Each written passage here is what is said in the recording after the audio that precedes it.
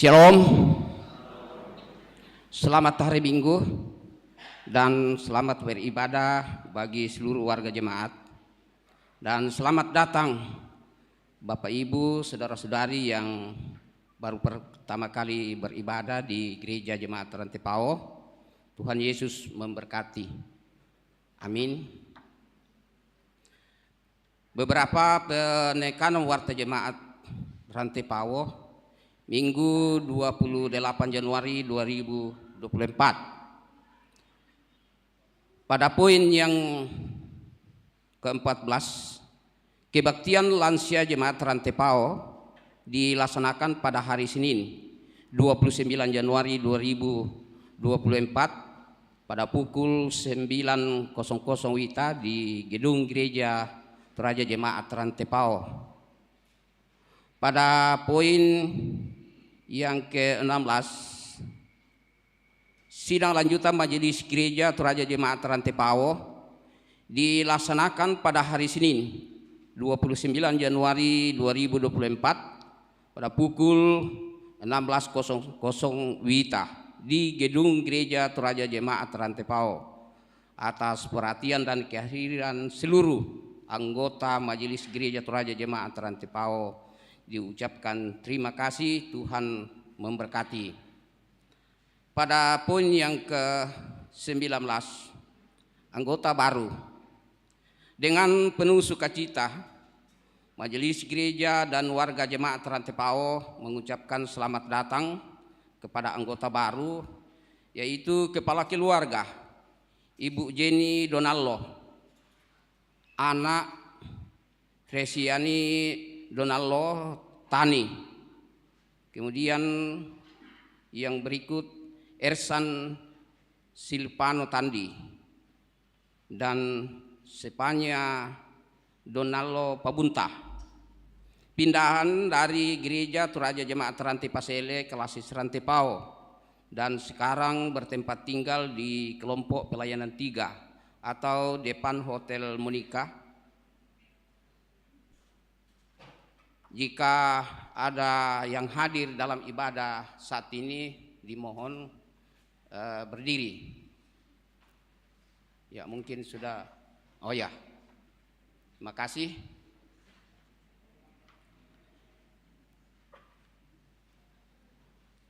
Yang berikut pada poin ke nomor 20, berita duka cita.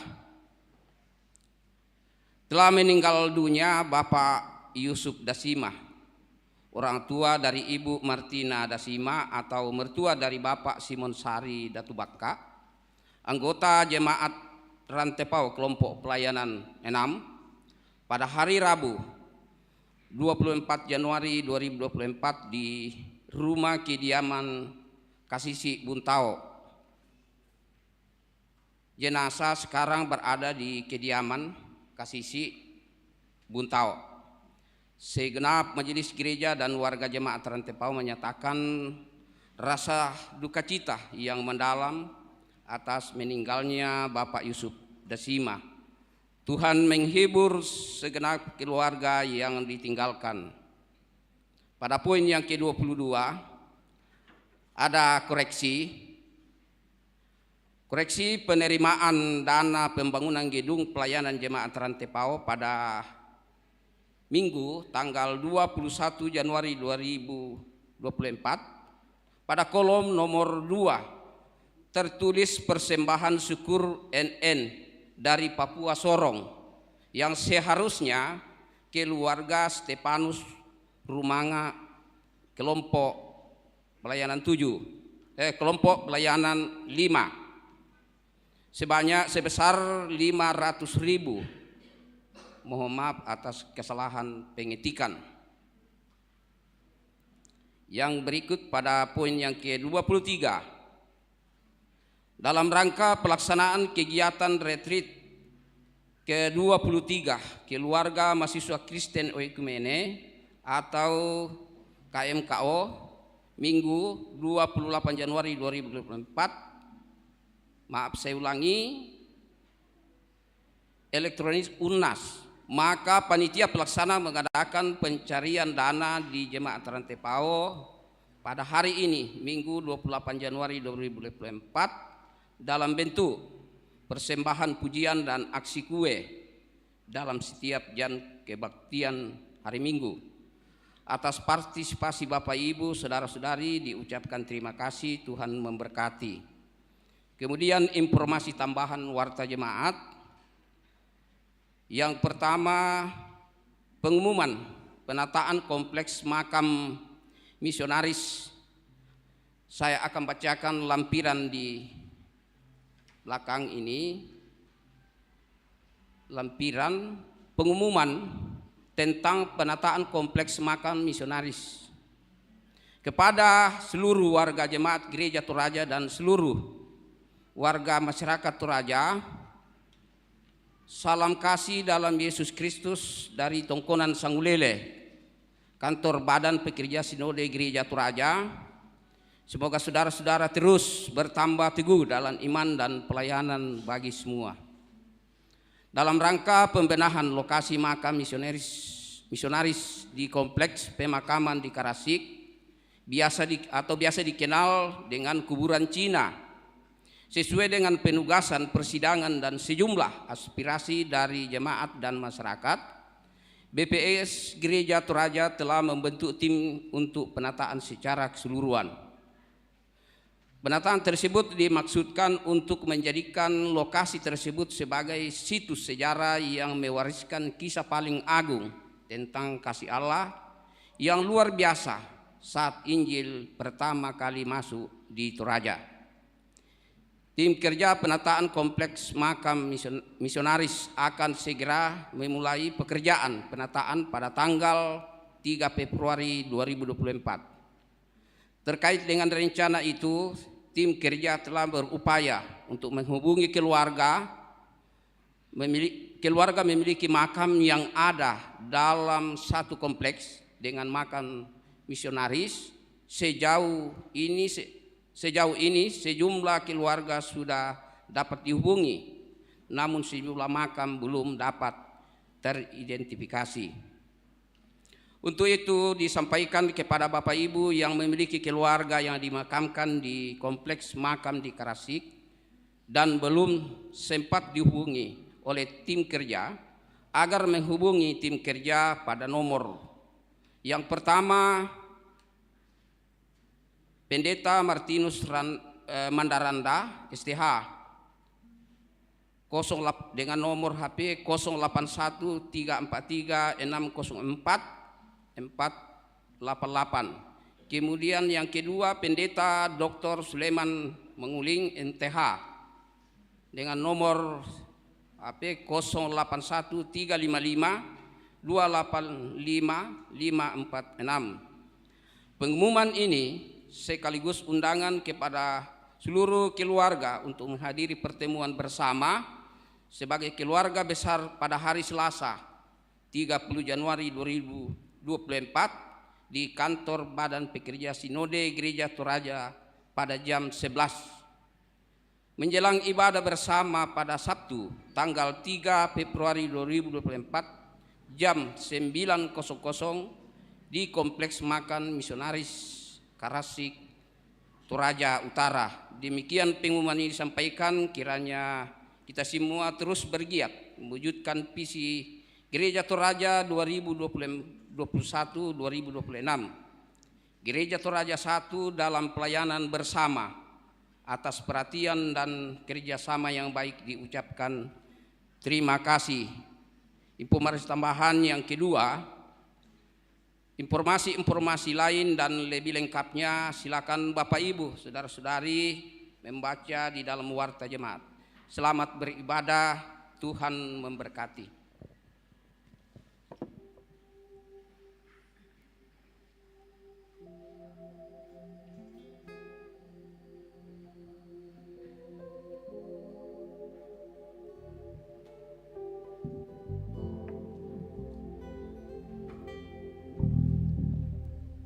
Selamat malam Bapak Ibu yang dikasihi Tuhan.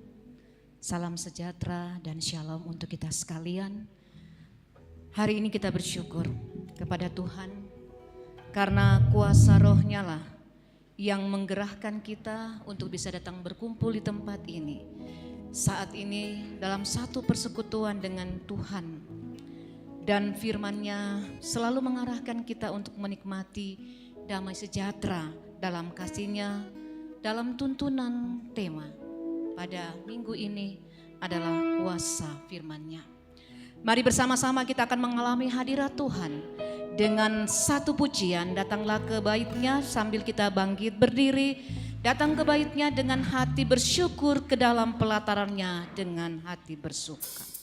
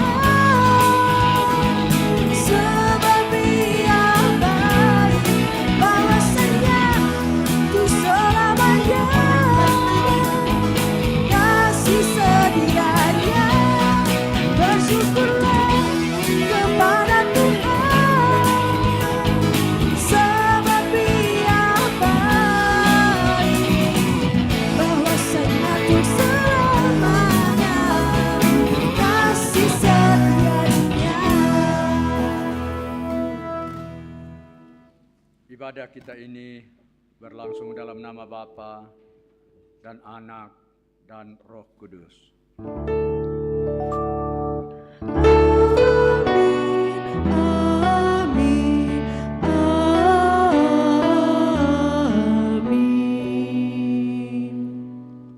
Salam bagi kamu sekalian, damai sejahtera Allah Tritunggal menuntun kita dalam ibadah ini. Dan bagimu juga. Silakan duduk kembali. Jemaat yang dikasihi Tuhan, mari bersama-sama kita bermazmur bagi Tuhan. Kita akan bersama-sama membaca Mazmur 111 ayat 1 sampai dengan ayat yang ke-10.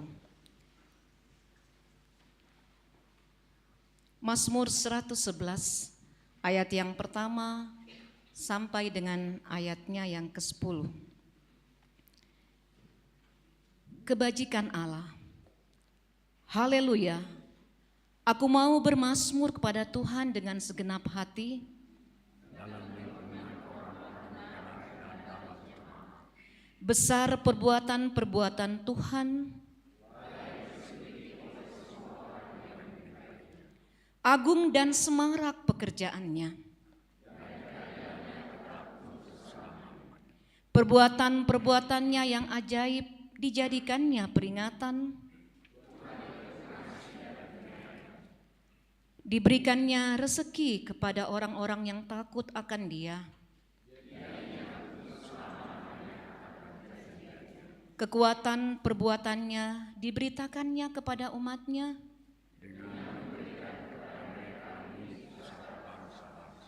Perbuatan tangannya ialah kebenaran dan keadilan. Kokoh untuk seterusnya dan selamanya. Dikirimnya kebebasan kepada umatnya.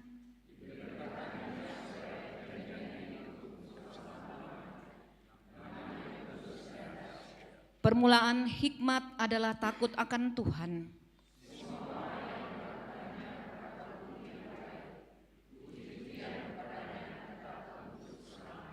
Amin. Mari bersama-sama mengaminkan firman Tuhan, nyanyikanlah haleluya dalam jemaat kuserta.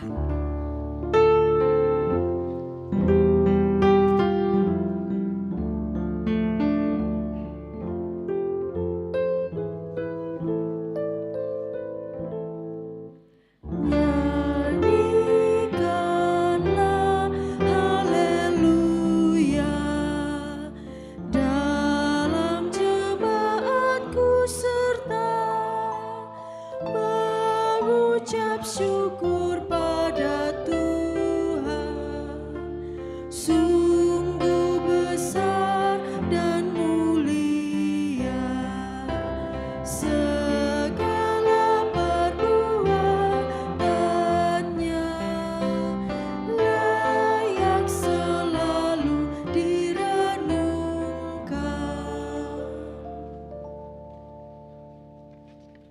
Jemaat yang dikasihi Tuhan, marilah kita terus senantiasa mengaminkan perintah kasih yang terus-menerus diberitakan kepada kita melalui firman Allah.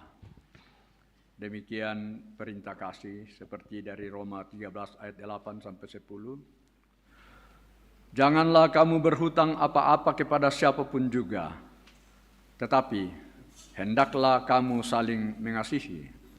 Sebab barang siapa mengasihi sesamanya manusia, ia sudah memenuhi hukum Taurat. Karena firman, jangan berzina, jangan membunuh, jangan mencuri, jangan mengingini, dan firman lain manapun juga sudah tersimpul dalam firman ini, yakni, kasihilah sesamamu manusia seperti dirimu sendiri.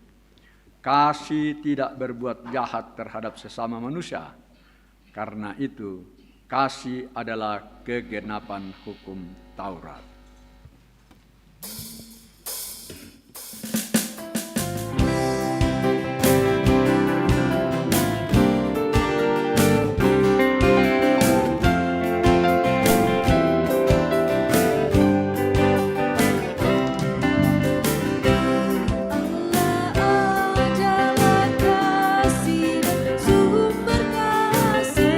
Bukalah hatimu bagi firman.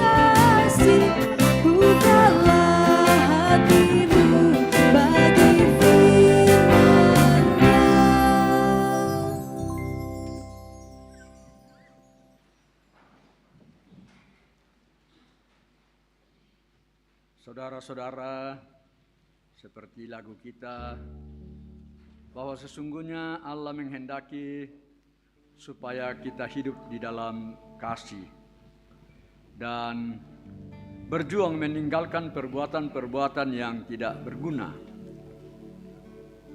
Tetapi begitu kuatnya dorongan kuasa si jahat sering membuat kita terjatuh ke dalam dosa.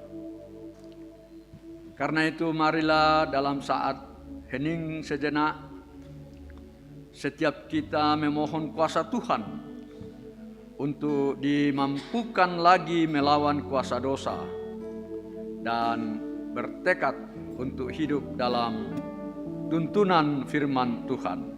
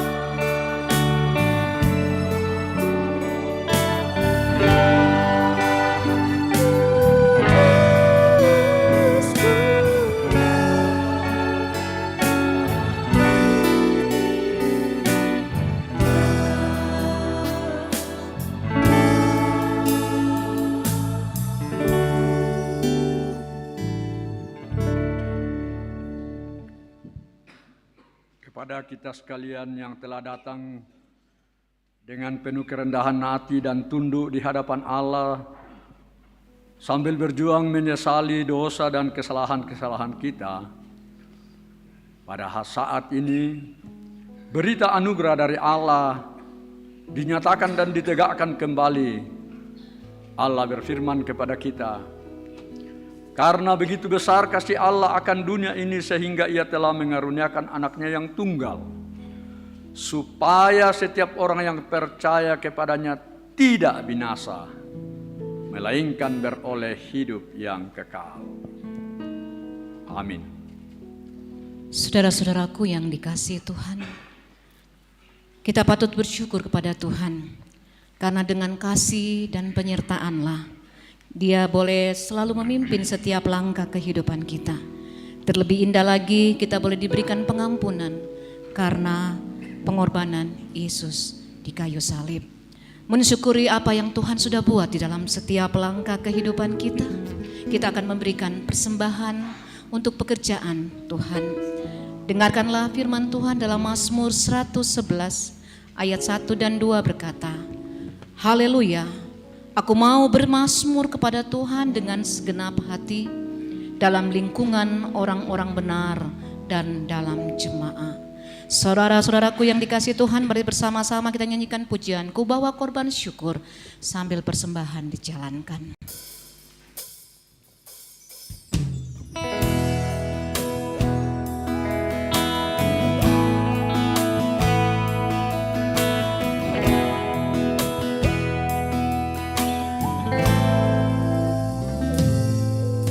Saat ku masuk ke hadirat-Mu, ku tersungkur dan sembah-Mu. Ku persembahkan korban syukurku yang terbaik bagimu. Ku bawa korban syukur ke tempat kudus-Mu Tuhan. Hatiku limpah dengan syukur sebab Tuhan baik selamanya. Ku bawa korban syukur ke tempat kudus-Mu Tuhan. Hatiku limpah dengan syukur sebab Tuhan baik selamanya, sebab Tuhan baik.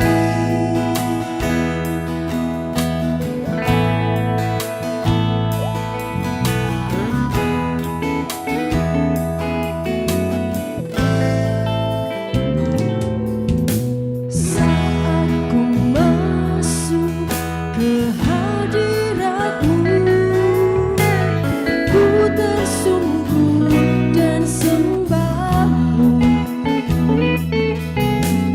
Ku persembahkan korban syukurku yang terbaik bagimu. Bawa korban syukurku. Ku bawa korban syukurku ke tempat kudus-Mu Tuhan. Hatiku limpah dengan syukur sebab Tuhan baik selamanya. Ku bawa korban syukurku ke tempat kudus-Mu Tuhan. Hatiku limpah dengan syukur sebab Tuhan baik, sebab Tuhan baik.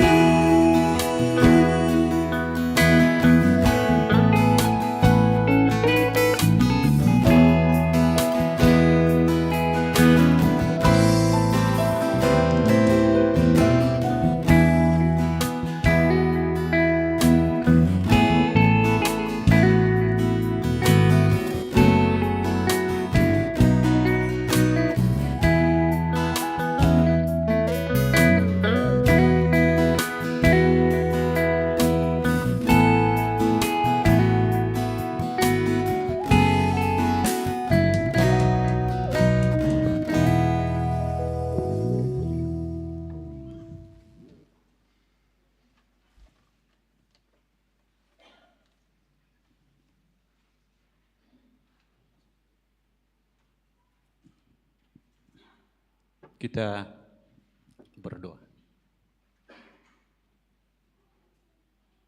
Maha Kasih, pohon berkat, Engkaulah sumber kehidupan kami dan pohon segala berkat yang ada pada kami.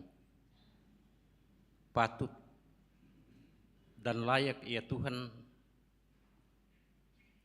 bila dalam ibadah kami pada jam ini kami mempersembahkan sebagian berkat Tuhan dalam kehidupan kami yang boleh kami terima lewat pekerjaan dan pemberian-pemberian Tuhan dalam kehidupan kami. Kami mohon kiranya berkat ini dapat dikelola dengan baik dalam jemaat. Biarlah persembahan ini tetap mendukung akan pelayanan-pelayanan di dalam jemaat. Tuhan, berkati semua hamba-Mu yang sudah turut mengambil bagian dalam persembahan ini. Dan biarlah dalam kehidupan kami selalu bertambah bukan kekurangan, karena kami yakini segala berkat adalah sumbernya daripada-Mu. Ini kami datang Tuhan di hadapan hadirat bersyukur melalui Yesus Kristus, pohon segala berkat dan sumber kehidupan kami, orang percaya. Amin.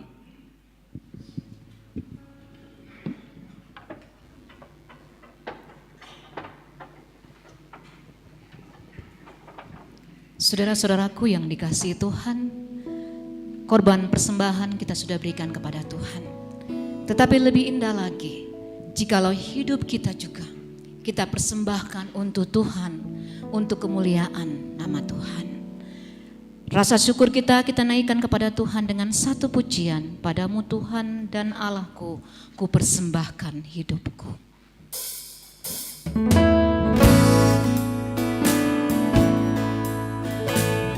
Biarlah pujian ini menjadi satu doa kita kepada Tuhan.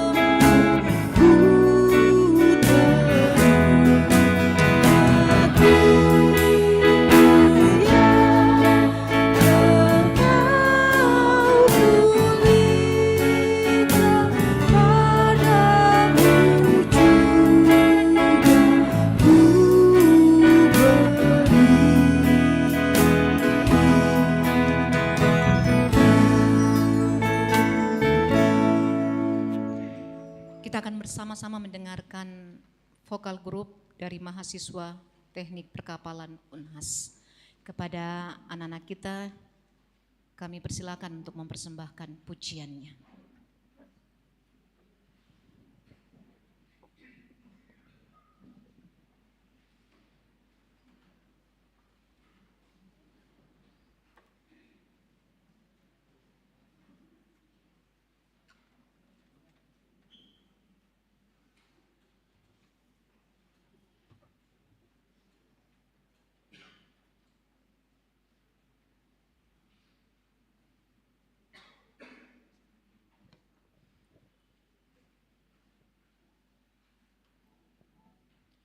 Shalom, selamat malam. Yang terhormat Bapak Pendeta, Sekretaris Majelis dan Jemaat Gereja.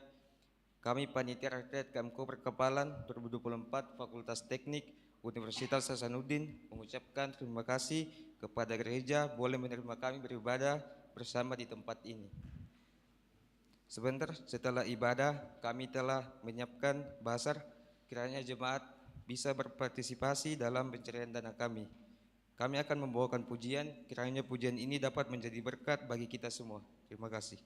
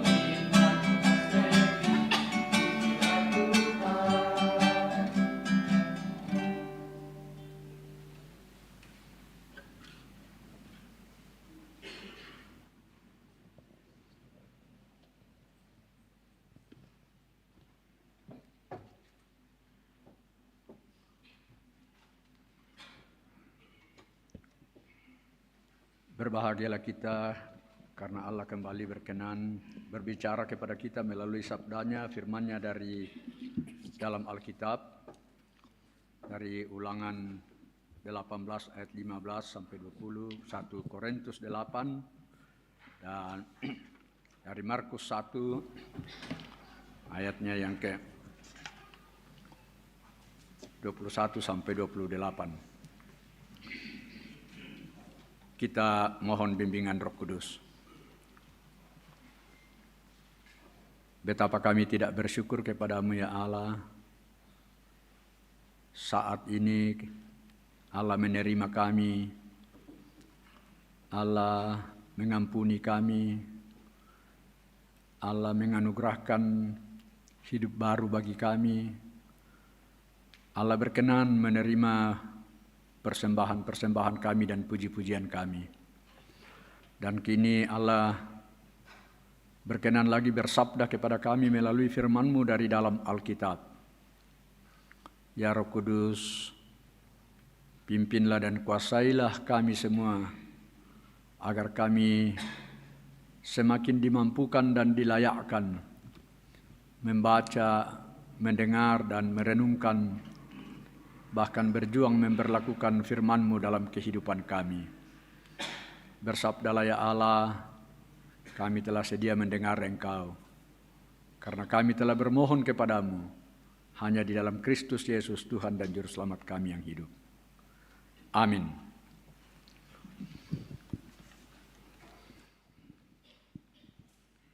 Pembacaan kita yang pertama terambil dari Ulangan 18 ayat 15 sampai ayat yang ke-20.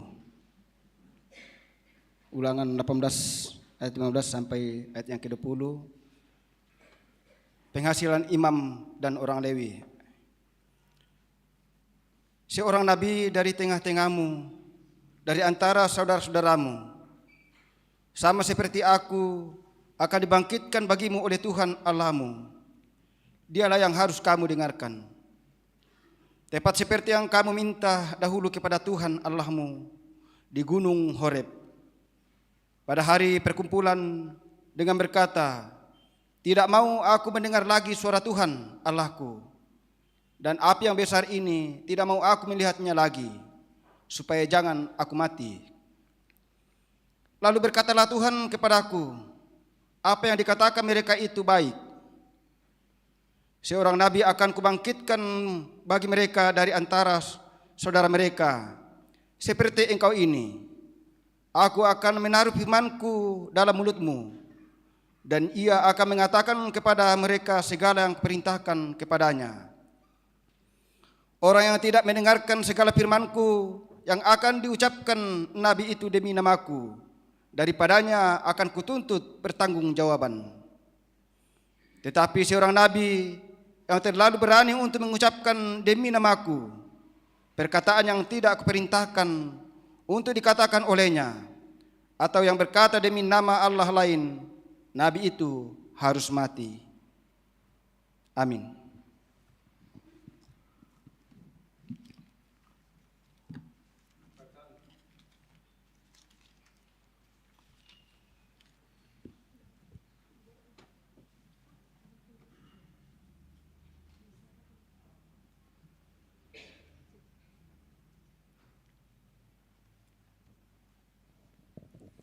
Bacaan firman Tuhan yang kedua dari pertama Korintus pasal 8 ayat 1 sampai ayat 13. Tentang persembahan berhala. Tentang daging persembahan berhala kita tahu. Kita semua mempunyai pengetahuan. Pengetahuan yang demikian membuat orang menjadi sombong. Tetapi kasih membangun. Jika ada seorang menyangka bahwa ia mempunyai sesuatu pengetahuan, maka ia belum juga mencapai pengetahuan sebagaimana yang harus dicapainya. Tetapi orang yang mengasihi Allah, ia dikenal oleh Allah. Tentang hal makan daging persembahan berhala kita tahu, tidak ada berhala di dunia dan tidak ada Allah lain daripada Allah yang esa. Sebab sesungguh pun ada apa yang disebut Allah, baik di sorga maupun di bumi. Dan memang benar ada banyak Allah dan banyak Tuhan yang demikian. Namun bagi kita hanya ada satu Allah saja, yaitu Bapa, yang daripadanya berasal segala sesuatu dan untuk Dia kita hidup. Dan satu Tuhan saja, yaitu Yesus Kristus, yang olehnya segala sesuatu telah dijadikan dan yang karena Dia kita hidup. Tetapi bukan semua orang yang mempunyai pengetahuan itu. Ada orang yang karena masih terus terikat pada berhala-berhala, maka daging itu sebagai daging persembahan berhala. Dan oleh karena hati nurani mereka lemah, hati nurani mereka itu dinodai olehnya. Makanan tidak membawa kita lebih dekat kepada Allah. Kita tidak rugi apa-apa kalau kita tidak makan, dan kita tidak untung apa-apa kalau kita makan. Tetapi janganlah supaya kebebasanmu ini jangan menjadi batu sandungan bagi mereka yang lemah. Karena apabila orang melihat engkau yang mempunyai pengetahuan sedang duduk makan di dalam kuil berhala, bukankah orang yang lemah hati nuraninya itu dikuatkan untuk makan daging persembahan berhala? Dengan jalan demikian, orang yang lemah, yaitu saudaramu, yang untuknya Kristus telah mati, menjadi binasa karena pengetahuanmu, jika engkau secara demikian berdosa terhadap saudara-saudaramu dan melukai hati nurani mereka yang lemah, engkau pada hakikatnya berdosa terhadap Kristus.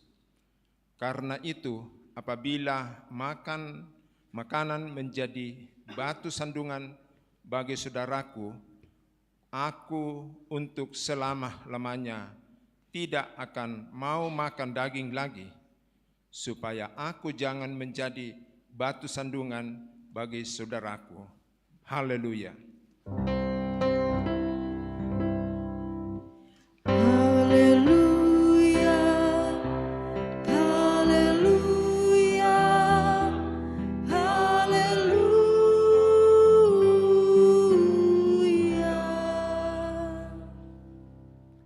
Mari jemaat kita menjemput berita Injil sebagaimana yang diberitakan dari Markus 1 ayat 21 sampai dengan 28.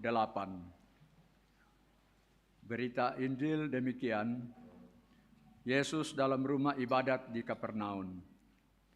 Mereka tiba di Kapernaum. Setelah hari Sabat mulai, Yesus segera masuk ke dalam rumah ibadat dan mengajar. Mereka takjub mendengar pengajarannya, sebab ia mengajar mereka sebagai orang yang berkuasa, tidak seperti ahli-ahli Taurat. Pada waktu itu, di dalam rumah ibadah itu ada seorang yang kerasukan roh jahat. Orang itu berteriak, "Apa urusanmu dengan kami, hai Yesus orang Nazaret? Engkau datang hendak membinasakan kami. Aku tahu siapa engkau, yang kudus dari Allah." Tetapi Yesus menghardiknya, katanya, "Diam, keluarlah daripadanya." Roh jahat itu mengguncang-guncangkan orang itu, dan sambil menjerit dengan suara nyaring, ia keluar daripadanya. Mereka semua takjub, sehingga mereka memperbincangkannya, katanya, "Apa ini? Satu ajaran baru? Ia berkata-kata dengan kuasa. Roh-roh jahat pun diperintahkannya, dan mereka taat kepadanya." Lalu tersebarlah dengan cepat kabar tentang dia ke segala penjuru seluruh Galilea.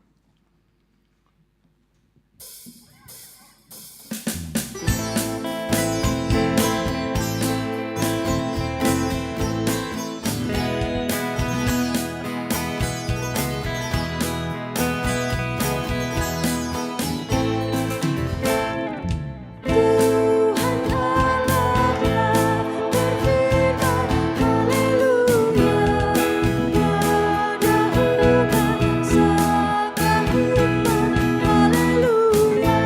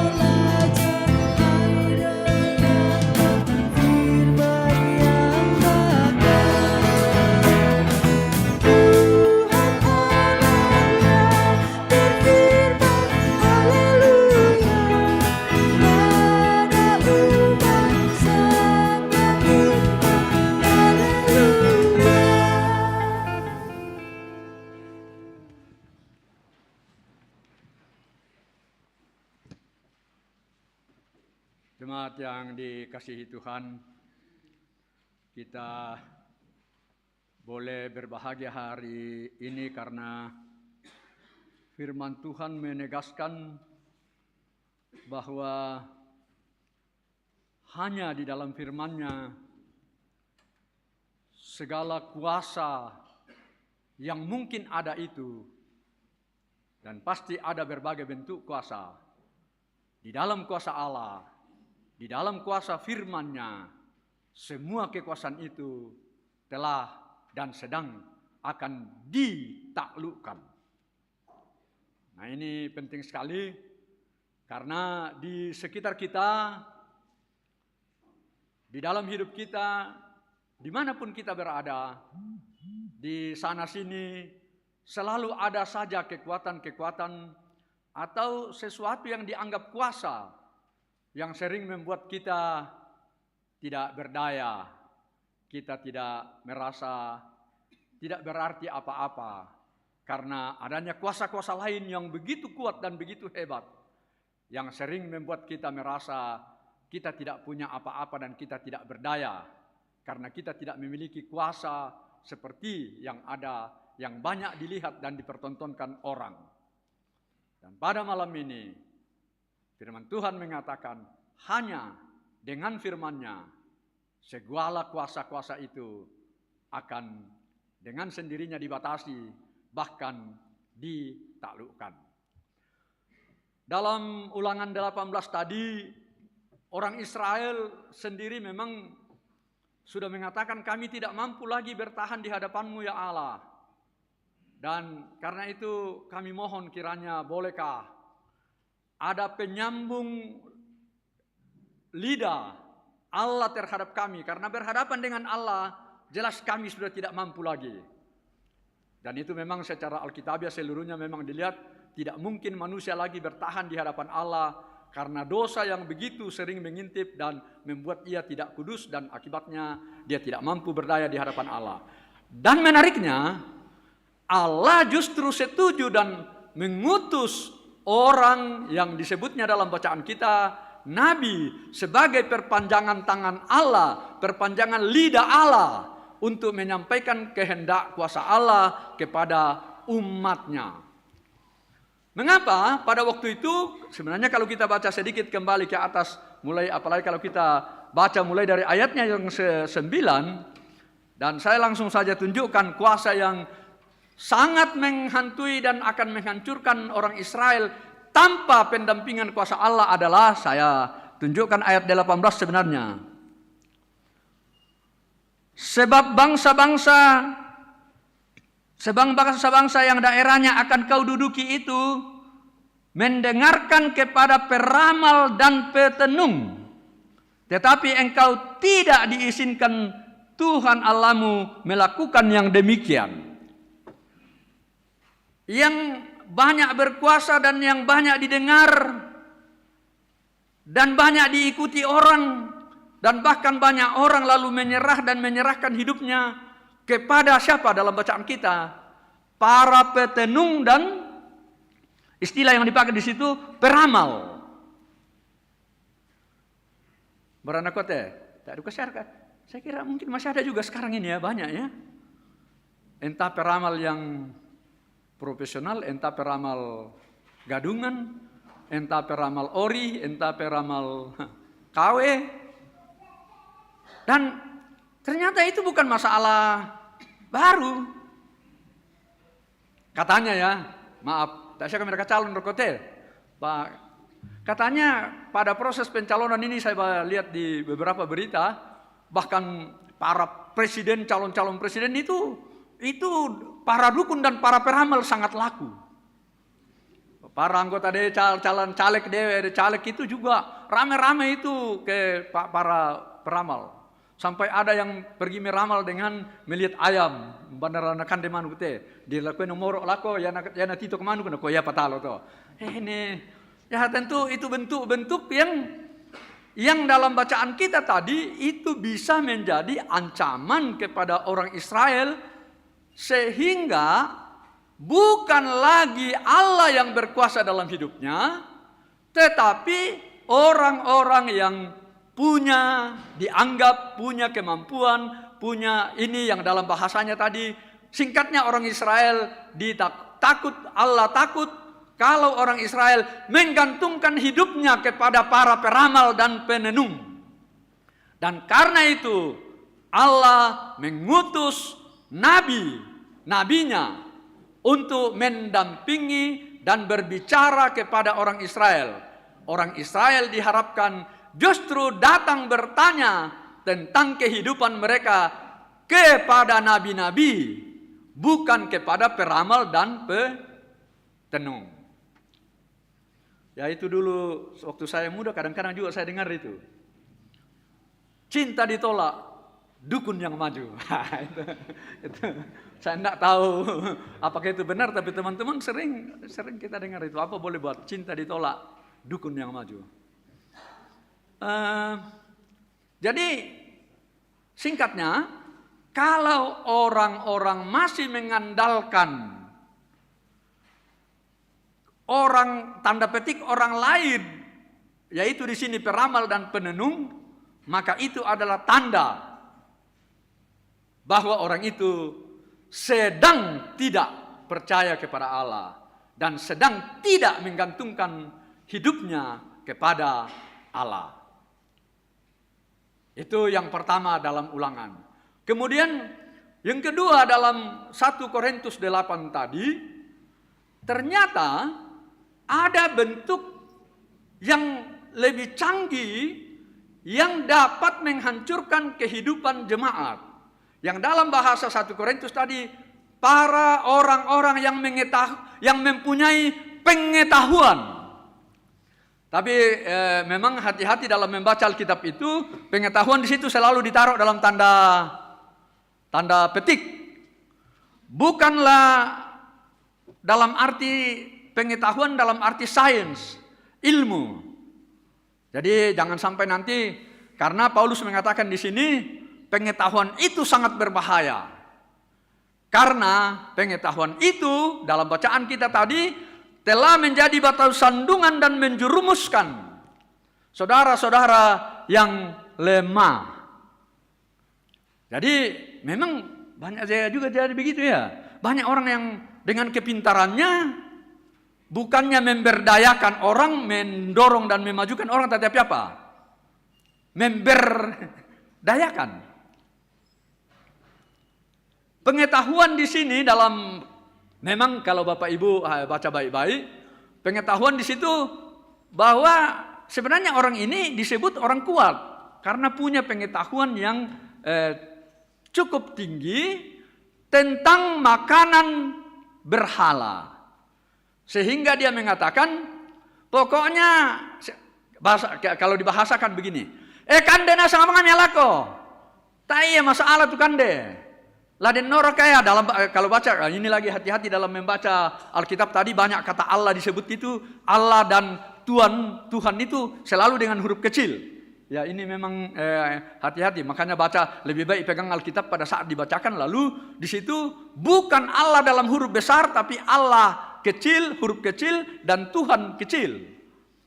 Karena memang banyak pada waktu itu orang membuat Allah-Allahnya sendiri dan Tuhan-Tuhannya sendiri berdasarkan pengetahuannya. Nah, ini yang dikatakan oleh Paulus, orang seperti ini berbahaya.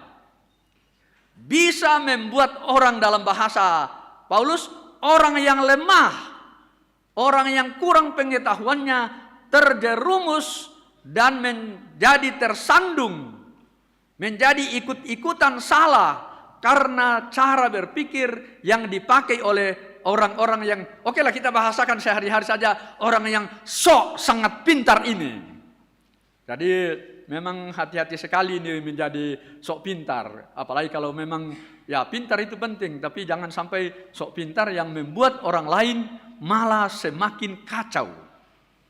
Dan saya pikir hari-hari ini sangat banyak ya, banyak sekali propaganda di luar itu. Propaganda dalam arti kampanye Yang begitu kita terperangah melihat, waduh, kalau dia ngomong begini, wah banyak sekali. Dan memang hati-hati. Jangan sampai kepintaran kita, pengetahuan kita yang tinggi itu membuat yang lemah, yang kurang pintar, yang dalam tanda petik bodoh, justru semakin kacau balau hidupnya. Karena pengaruh, karena cara kita mempengaruhi secara berlebihan dan bahkan mungkin semakin salah. Sampai Paulus, ini persoalannya persoalan daging. Kalau itu tidak dimakan, lebih baik aku tidak usah makan. Kalau berdasarkan pengetahuanmu itu tidak ada masalah, dan bagi saya itu, bagi sebagian besar orang itu masalah, lebih baik sekalian aku tidak makan daging sama sekali. Karena kalau makan daging itu justru akan menjerumuskan orang lemah imannya bahwa ia makan daging yang dipersembahkan kepada berhala, dan dengan demikian berhala masuk dalam perutnya. Sebenarnya itu sebabnya. Itu sebabnya mereka tidak mau makan. Kalau makan daging yang dipersembahkan kepada berhala, dengan demikian berhala, kita juga menjadi berhala. Karena makan daging yang dipersembahkan kepada berhala, kita menjadi berhala, dan berhala masuk dalam perut kita dan hidup kita, sehingga kita menjadi berhala. Dan itu berarti melawan Allah. Nah, saya kira itu yang dikatakan oleh firman ini, bahwa firman Allah justru menuntun orang untuk semakin rendah hati dan semakin mengasihi dan menolong orang-orang yang tidak berdaya. Yang dalam bahasa Paulus, orang-orang yang lemah. Nah, jadi melalui firman pada hari ini kita tahu firman diajarkan supaya kita jangan menyalahgunakan perangkat yang begitu penting pada diri kita, yaitu otak dan sarana-sarana pengetahuan itu. Pengetahuan pada diri kita, pada otak kita, pada hati kita, pada pikiran kita, pada perasaan kita, itu penting. Tapi jangan sampai itu dipakai untuk justru menjerumuskan orang lain, atau dalam bahasa sehari-hari membodoh-bodohi orang. Dan saya lihat saya kira di banyak iklan ini terjadi. Apa? Contoh yang paling sederhana. Apa itu? Jual-jual apa itu? Hati-hati itu. Itu banyak orang lalu dengan meyakinkan, menjelaskan keuntungan begini. Ternyata banyak orang malah terjerembab ke dalam kemiskinan dan kebodohan. Hati-hati. Jangan sampai pengetahuan kita diperalat dan dipakai justru untuk semakin menjerumuskan dan menghancurkan orang lain. Yang kedua dan ketiga, nah ini yang paling jelas. Di dalam Markus tadi, bahwa kuasa Allah di dalam Yesus Kristus menyembuhkan dan mengusir setan yang mengacau dan merusak kehidupan orang lain. Nah, ini juga memang salah satu persoalan teologi akhir-akhir ini yang disebut bahasa ilmu teologinya itu okultisme dan yaitu dan pengusiran setan. Nah, itu kan banyak di ini ya, ada pastor yang begitu hebat, ada yang ini. Sekarang para ahli sudah hampir sepakat bahwa penyakit itu bersumber dari 3 penyebab.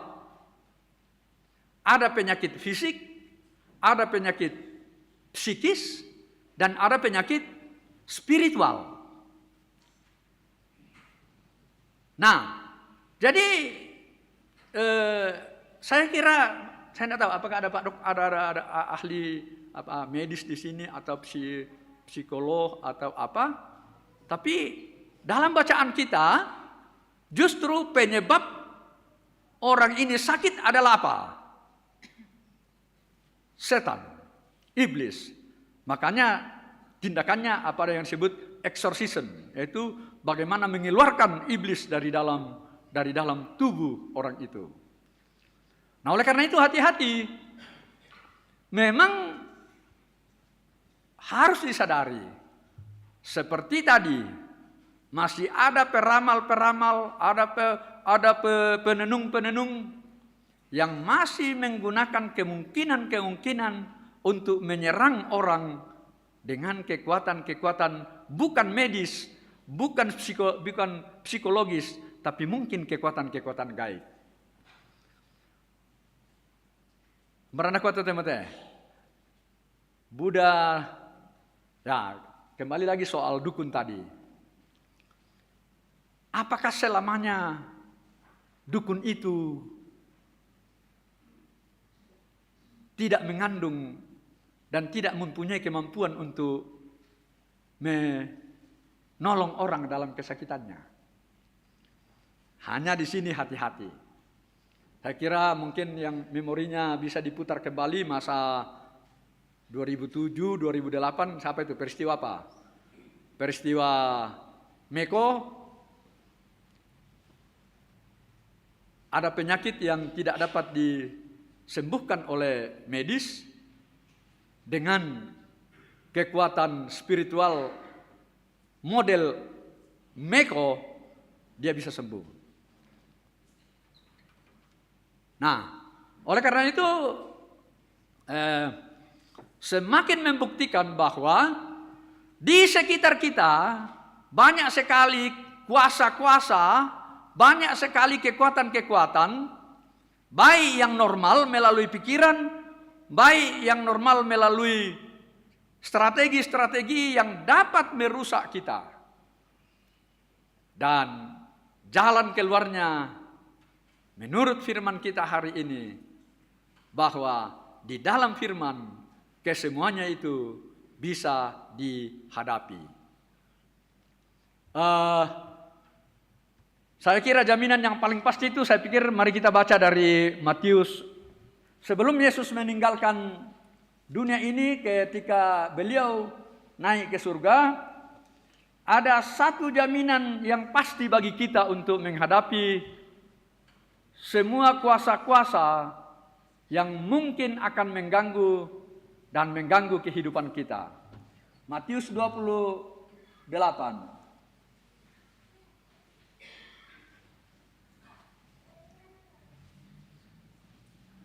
Dikatakan oleh Yesus begini, "Kepadaku telah diberikan segala kuasa di sorga dan di bumi. Karena itu pergilah, jadikanlah segala bangsa muridku, baptislah mereka dalam nama Bapa, Anak, dan Roh Kudus, dan ajarlah mereka melakukan segala sesuatu yang kuperintahkan kepadamu. Dan ketahuilah, aku menyertai kamu senantiasa sampai kepada akhir zaman." Poinnya di situ adalah segala kuasa. Yesus mendekati mereka dan berkata, ayat 18, "Kepadaku telah diberikan segala kuasa di sorga dan di bumi." Jadi masih mungkin ada kuasa-kuasa lain yang dapat dipakai oleh manusia dengan mengatasnamakan sumber peramal dan atau macam-macam namanya itu. Tetapi bagi kita, semua kuasa apapun di bumi atau yang ada di surga itu sebenarnya dalam bahasa ini artinya yang di langit. Ya kan, makanya banyak orang sering mengatakan mengirim bisa saja orang mengirim racun kepada orang lain dari tempat lain, menggunakan kuasa udara untuk menghancurkan orang lain. Dan bagi kita, kuasa di bumi dan di langit itu sampai ke surga sudah dikuasai oleh Allah, oleh Tuhan kita Yesus Kristus. Karena itu jangan pernah lagi menyerah dan tergantung kepada kuasa-kuasa lain. Kuasa-kuasa lain itu potensial ada, bisa ada. Tetapi di dalam Yesus Kristus dan mendengar firman-Nya seperti dalam Ulangan 18, tergantung kepada firman Allah yang diberitakan oleh nabinya dan kemudian oleh gerejanya, maka kita semua dimampukan untuk menghadapi apapun bentuk kuasa-kuasa itu. Nah, oleh karena itu kalau ada masalah dengan kuasa yang mengganggu Bapak Ibu, pergilah kepada ahlinya. Kalau menyangkut psikis, kalau menyangkut badan, menyangkut fisik, pergilah ke dokter. Kalau menyangkut psikologis, pergilah ke psikiater. Kalau menyangkut spiritual, paling tidak pergilah menurut kalau kita baca nanti kitab Yakobus, pergilah kepada, dan Timotius, pergilah kepada penatua dan diaken, atau dalam hal ini yang akan mendoakan kamu. Jangan pergi ke tempat lain. Kalau pergi ke tempat lain, bisa diduga akan semakin kacau seperti yang dikatakan oleh Ulangan 18. Nah, ini yang menjadi panduan kepada kita. Dan supaya kita jangan mudah terjebak, seperti dalam pengakuan dosa tadi, dari Yakobus 1, kita hati-hati nih. Saya bacakan Yakobus 1 ayat 13 sampai dengan 17. Apabila seorang dicobai, janganlah ia berkata pencobaan ini datang dari Allah. Nah, ini tidak jarang kita tidak mampu menghadapi pencobaan, entah penyakit, entah penderitaan, entah kerugian, entah banyak masalah. Lalu Tuhan yang dituduh sebagai sumber pencobaan. Saya lanjutkan ya. Tetapi setiap orang, sebab Allah tidak dapat dicobai oleh yang jahat, dan ia sendiri tidak mencobai siapapun. Ayat 14. Tetapi tiap-tiap orang dicobai oleh keinginannya sendiri. Jadi pencobaan pertama-tama itu datang dari keinginan sendiri. Baru apa? Keinginan sendiri yang besar itu kemudian karena ia diseret dan dipikat olehnya. Jadi keinginan-keinginan yang tak terkendali itu semakin menyeret kita. Semakin membuat kita semakin jatuh. Dan apa? Dan apabila keinginan itu telah dibuahi, ia melahirkan dosa. Dan apabila dosa itu sudah matang, ia melahirkan maut. Bayangkan. Jadi, mengapa kita pergi ke dukun? Sebenarnya berawal dari keinginan kita. Keinginan kita untuk mungkin, apakah ingin sembuh? Saya kira tidak salah kalau semua orang ingin sembuh atau ingin mendapatkan keuntungan dalam waktu cepat. Nah, disitulah keinginan awal itu. Dan akhirnya semakin diseret, yang dalam bahasa ini diseret oleh keinginannya sendiri, kemudian berbuah menjadi dosa, yaitu mulai tidak lagi mengandalkan Tuhan karena dia sudah lebih mengandalkan yang lain-lain. Lama-kelamaan semakin diseret berujung kepada maut, kehancuran. Itu menurut Yakobus 1 ayat 13 sampai 14. Oleh karena itu kalau begitu lalu bagaimana? Tidak ada jalan lain. Seperti jaminan tadi. Yesus telah menjaminkan segala kuasa di bumi dan di surga telah diberikan kepadaku. Artinya ada di dalam tangan Yesus. Karena itu kuasa apapun yang mengganggu dan hendak menghancurkan hidup kita, pergilah kepada Yesus menanyakan, Tuhan, kuasa apa ini? Tolong sembuhkan aku dari kuasa ini. Seperti dalam Markus tadi. Menariknya, setan pun mengetahui Yesus. Kan dalam bacaan kita tadi, hei Yesus anak Daud, apa maumu? Mengapa engkau mau menghancurkan kami? Nah, oleh karena itu, sedangkan setan saja tahu, takut kepadanya. Mungkin supaya lebih teknis lagi. Waktu Yesus sudah bangkit, lalu murid-murid kumpul dalam rumah. Lalu tiba-tiba Yesus masuk. Apa yang dikatakan murid-murid? Itu hantu. Lalu apa kata Yesus? Ini aku bukan hantu. Hantu itu, Yesus menjelaskan apa itu hantu. Tidak berdaging dan tidak bertulang. Jadi rupanya memang hantu itu ada, tidak bertulang dan tidak berdaging. Tapi kalau kita baca selanjutnya, itu berarti orang yang melihat hantu adalah orang yang tidak melihat kepada Yesus. Kalau dia melihat kepada Yesus, hantu itu tidak ada. Tapi kalau dia tidak mengarahkan hatinya, pikirannya, matanya kepada Yesus, maka yang mungkin banyak dia lihat adalah hantu. Oleh karena itu, kembali lagi, jangan andalkan yang lain selain Yesus. Nah, oleh karena itulah Bapak Ibu, lalu bagaimana caranya? Ya mau tidak mau, dan saya kira gereja kita sangat mempersiapkan semua sarana ini, bahwa supaya kita terus-menerus, saya ingin menyampaikan sebuah pernyataan teologis begini. Firman Tuhan itu adalah Alkitab, adalah pernyataan Tuhan secara khusus supaya dirinya kita kenal. Setiap kali kita membaca Alkitab, kita sedang duduk di kaki Tuhan seperti Maria.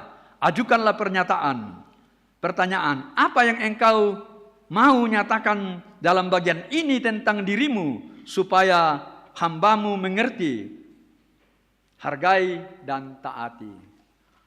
Munculnya berbagai persoalan, jangan cari jawabannya pertama-tama di tempat lain. Konsultasi kepada ahli, kepada lain orang, kepada berbagai pihak penting, tapi bukan akhir segala-galanya. Konsultasi langsunglah kepada pemilik penguasa bumi dan surga, yaitu Yesus sendiri. Dan itu hanya bisa diketahui. Saya baca lagi pernyataannya sini. Jika Alkitab adalah pernyataan Tuhan tentang dirinya, pribadinya, jelaslah bahwa melalaikan Alkitab berarti mengabaikan Tuhan. Hanya jikalau pikiran kita menyelam dalam firman-Nya, kita dapat mengenalnya, dan pikiran kita dapat dibentuk sesuai pikirannya. Kalau Alkitab ini adalah firman Allah, kehendak Allah, cinta Allah, kasih Allah ada di dalam Alkitab, maka mau tidak mau untuk menemukan cinta dan kasih Allah itu hanya ada di dalam Alkitab.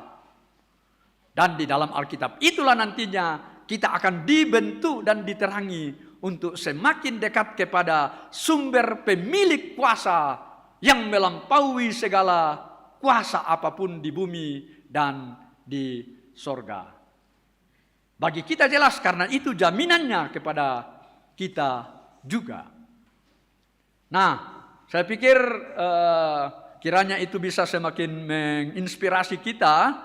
Tapi yang kedua yang saya mau katakan adalah, di masa-masa seperti ini, kembali lagi masa seperti ini perlu kita bicarakan, di mana orang bertarung kekuasaan, baik pada tingkat legislatif, eksekutif, pada pemerintahan, pada DPR.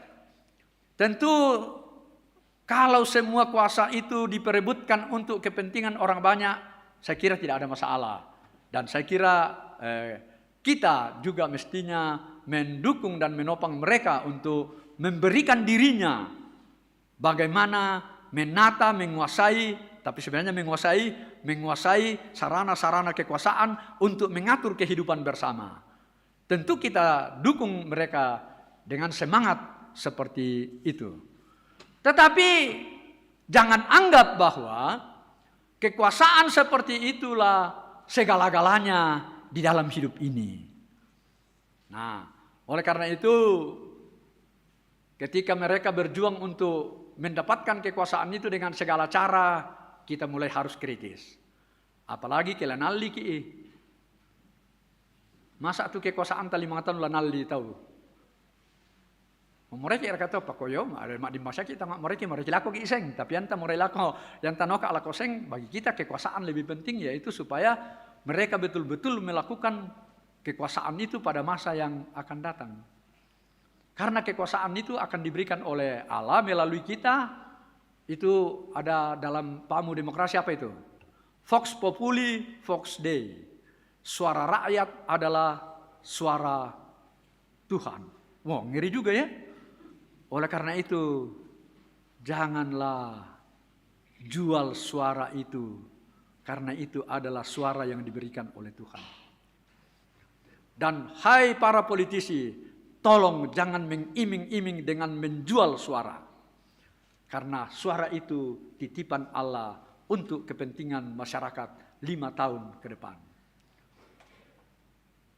Dan kalau kita semua berpikir seperti itu, dan mereka semua juga sadar, kekuasaan itu 5 tahun paling tinggi.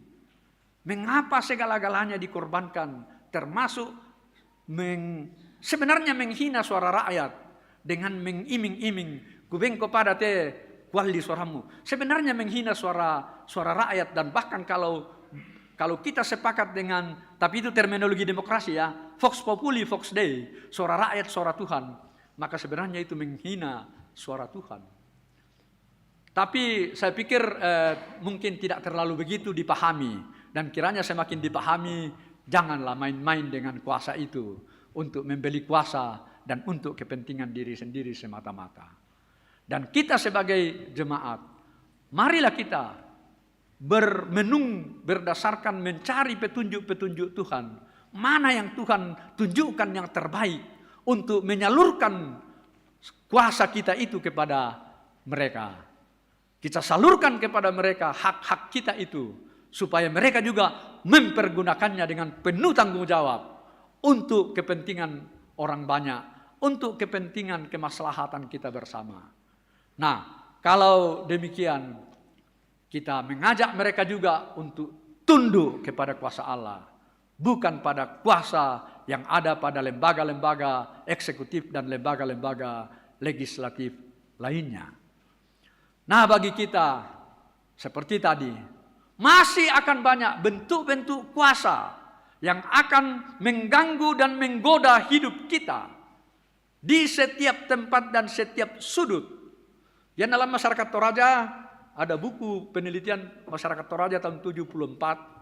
Ada 34 jenis 34 jenis bentuk-bentuk kuasa gaib yang ada di sekitar orang Toraja. Bayangkan itu. Dan di sanga popok, dan di sanga bombo. Apa saya sangana? 34 jenis. Bayangkan itu kita Toraja, berarti nama budali jola apa ke panonta. Makanya kita gampang tergoda dan terpengaruh. Lalu kalau kita tidak mampu, kita menuduh seperti kata Yakobus tadi, nambai pengomato yang paden nih. Bahkan itu kan begitu kan, bisa kalian bertanya, kan pengomato yang paden nih, kok salahnya pengomato yang paden nih. Itu kan cara menghina, makanya Allah tadi dalam firman-Nya mengatakan tidak pernah mencobai dan dicobai.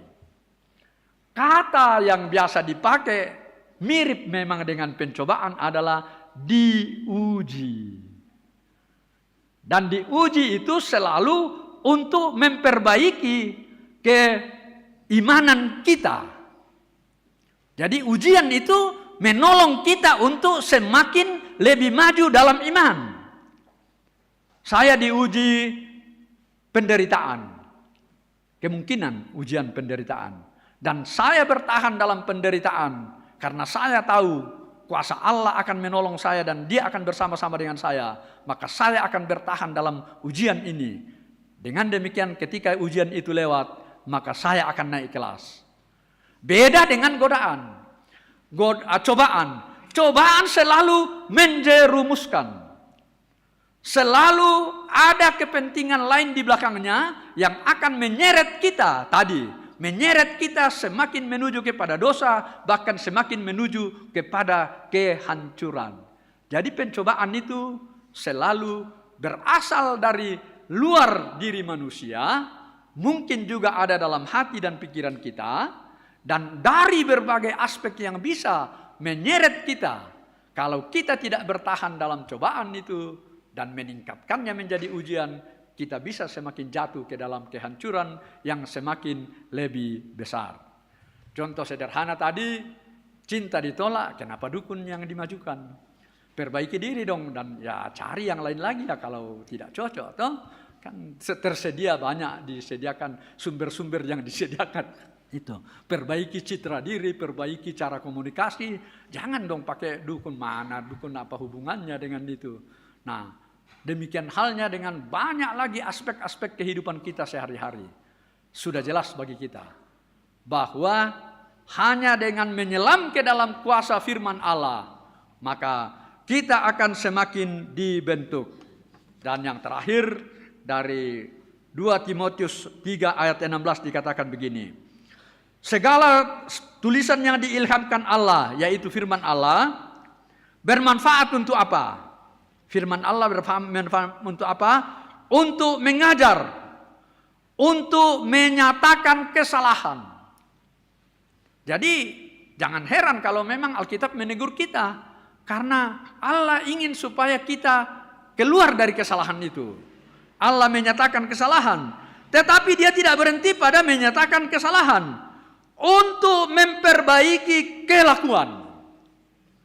Jadi ya memang supaya kita jangan semakin salah, semakin hancur, semakin diseret ke dosa, Allah ingin memperbaiki kita sehingga kelakuan kita semakin diperbaiki, dan untuk mendidik orang dalam kebenaran. Jadi firman Allah jelas akan menuntun kita kepada kebenaran. Silakan itu nanti dibaca lebih tegas lagi di 2 Timotius 3 ayat 16 sampai 17. Firman Allah berfungsi untuk mengajar, menyatakan kesalahan, memperbaiki kelakuan, dan mendidik dalam kebenaran. Oleh karena itu, ya berbahagialah kita yang masih rindu untuk terus-menerus menuju kepada kebenaran, rindu untuk terus-menerus diperbaiki, rindu untuk terus-menerus diperbaiki dan dituntun oleh Allah untuk semakin maju di dalam mendengar dan memahami firman Allah, dan itu menjadi tugas kita semua. Dan kiranya dengan demikian hidup kita semakin dimampukan untuk menghadapi apapun segala bentuk cobaan dan godaan itu, karena kita telah percaya kepada Allah di dalam Yesus Kristus yang telah menaklukkan segala kuasa di bumi dan di langit. Itu jaminan yang pasti bagi kita. Karena itu pada saatnya kita akan menuju kepada kesempatan-kesempatan untuk semakin menikmati kemenangan-kemenangan yang berasal dari Allah sendiri. Selamat menjadikan firman Tuhan sebagai tujuan hidup tertinggi dan menjadi sumber pengajaran yang paling mendasar bagi kita dan menjadi sumber kekuatan dan keselamatan. Karena itulah kita menjadi orang-orang yang berbahagia. Amin.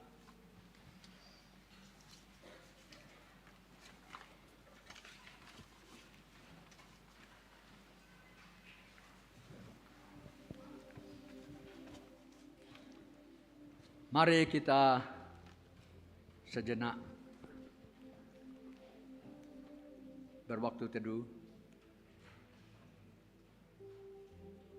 Terima kasih Tuhan, kalau firman-Mu terus-menerus akan diberitakan dan kami semakin dituntun ke arah jaminan bahwa Engkaulah yang akan bersama-sama kami, menuntun kami kepada keselamatan.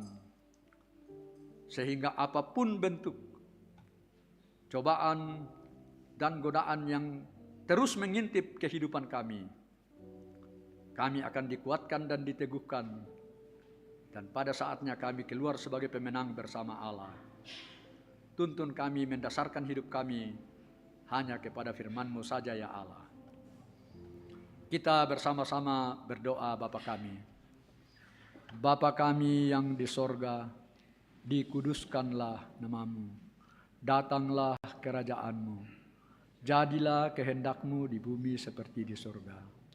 Berikanlah kami pada hari ini makanan kami yang secukupnya. Dan ampunilah kami akan kesalahan kami, seperti kami mengampuni orang yang bersalah kepada kami. Dan Janganlah membawa kami ke dalam pencobaan, tetapi lepaskanlah kami daripada yang jahat. Nah, Engkaulah yang empunya kerajaan dan kuasa dan kemuliaan sampai selama-lamanya. Amin.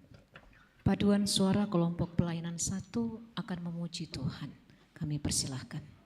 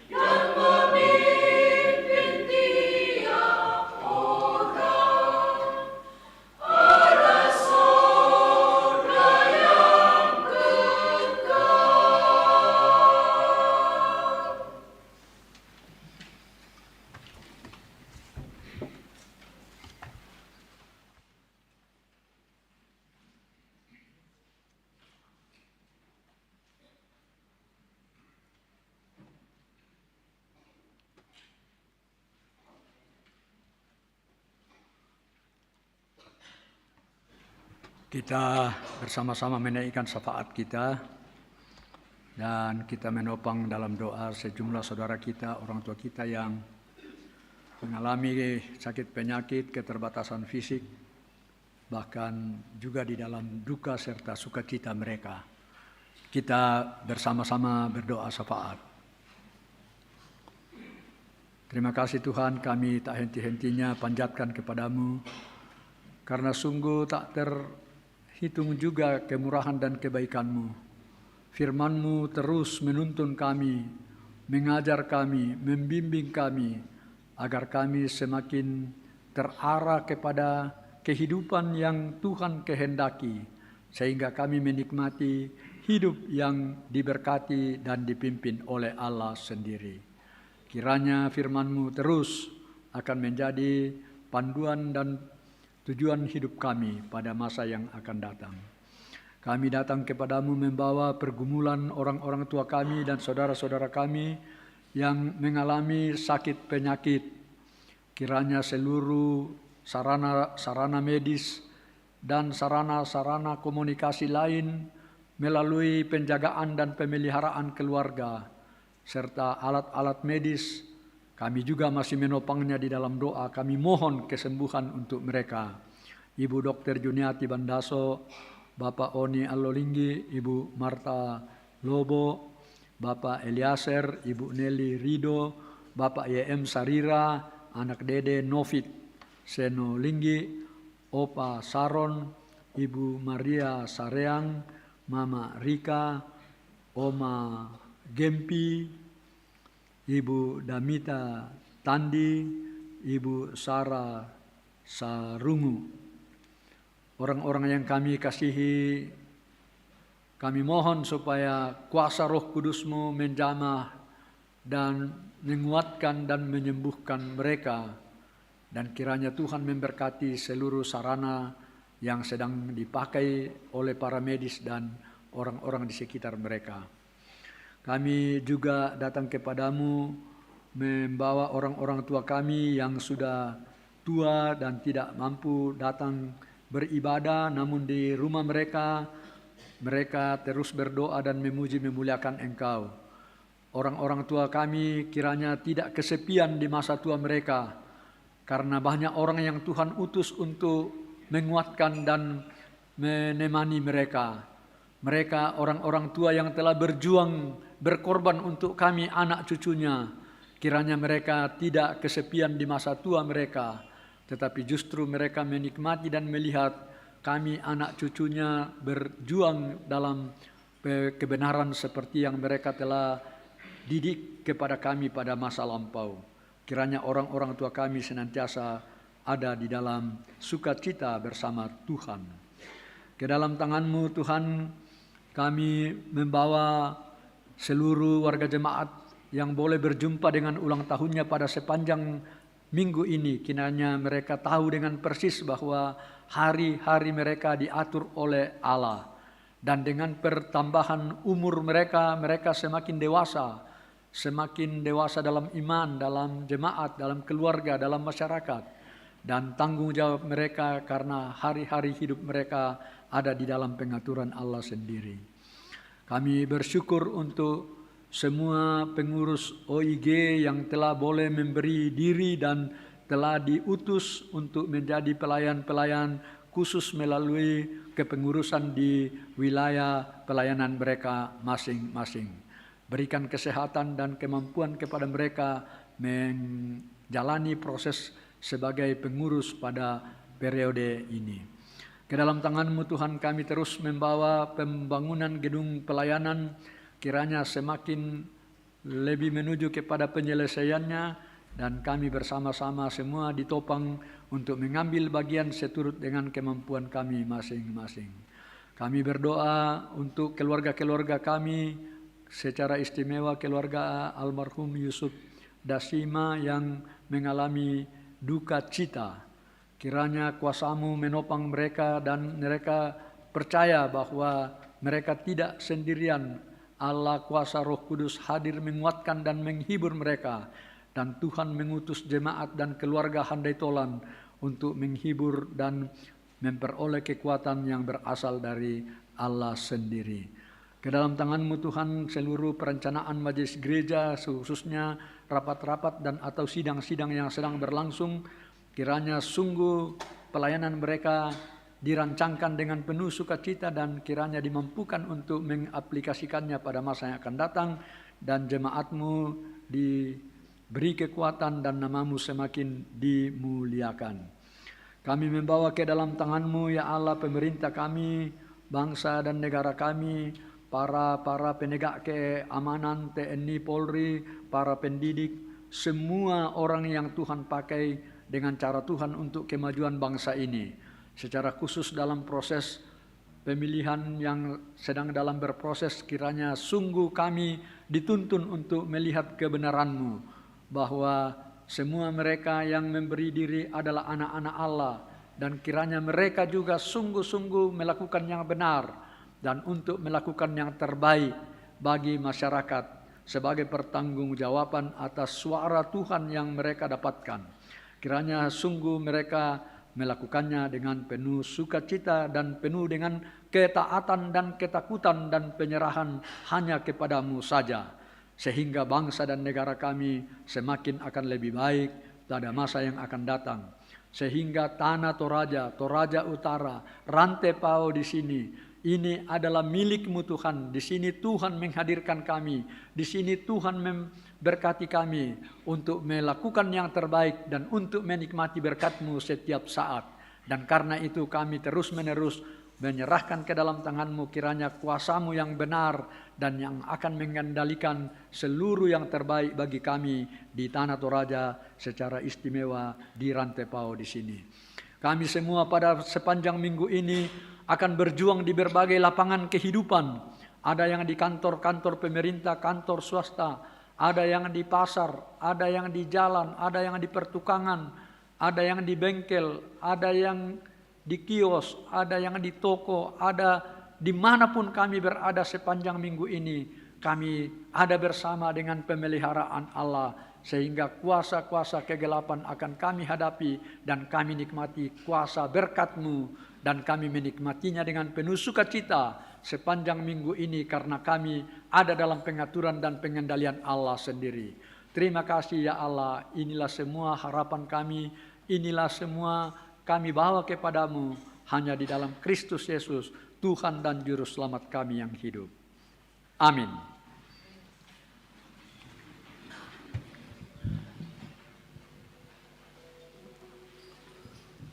Mari jemaat kita bersama-sama